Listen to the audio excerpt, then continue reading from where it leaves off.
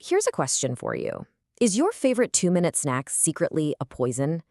Okay, I know, it sounds a little dramatic, doesn't it? I mean, most of us just view instant noodles as the ultimate convenience food.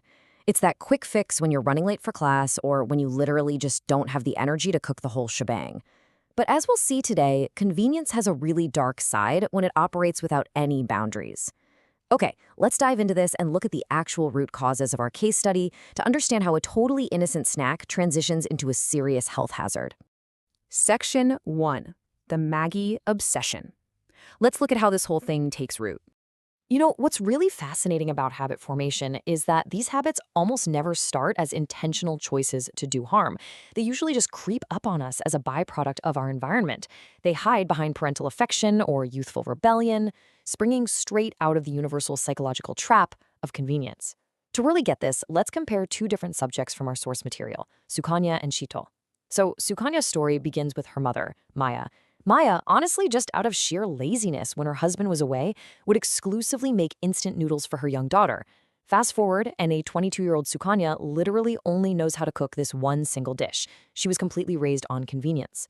Now, Sheetal's root cause is kind of different. She lacks cooking skills by choice. She actively ignores her own mother's warnings about eating too many noodles, and eventually she actually forces this habit onto her new family after she gets married.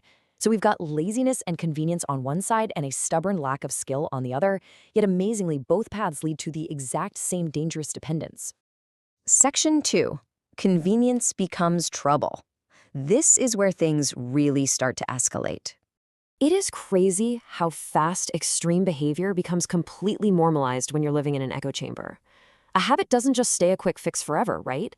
If you leave it unchecked, it escalates and actually starts to warp reality for the people involved. Take Sukanya's case. Her husband, Ankit, actually works at a noodle company, and he justifies bringing home or, well, let's be real, stealing 50 packets of noodles in his car every single day. 50. And because they have this infinite supply, the family just starts eating noodles morning, noon, and night. They try to trick themselves into thinking it's a varied diet by swapping flavors. Spicy one day, cumin the next, paneer after that, but it is the exact same base ingredient. And this brilliantly illustrates how they totally lost their social awareness. It got so bad that an aunt came to visit, was served these noodles, called it earthworm food in absolute disgust, and literally fled the house. No way, right? But the family, they completely ignored this massive social cue and just kept right on eating. Meanwhile, Sheetal's escalation is just remarkably fast. She moves into her new home and is asked to cook for some neighborhood guests.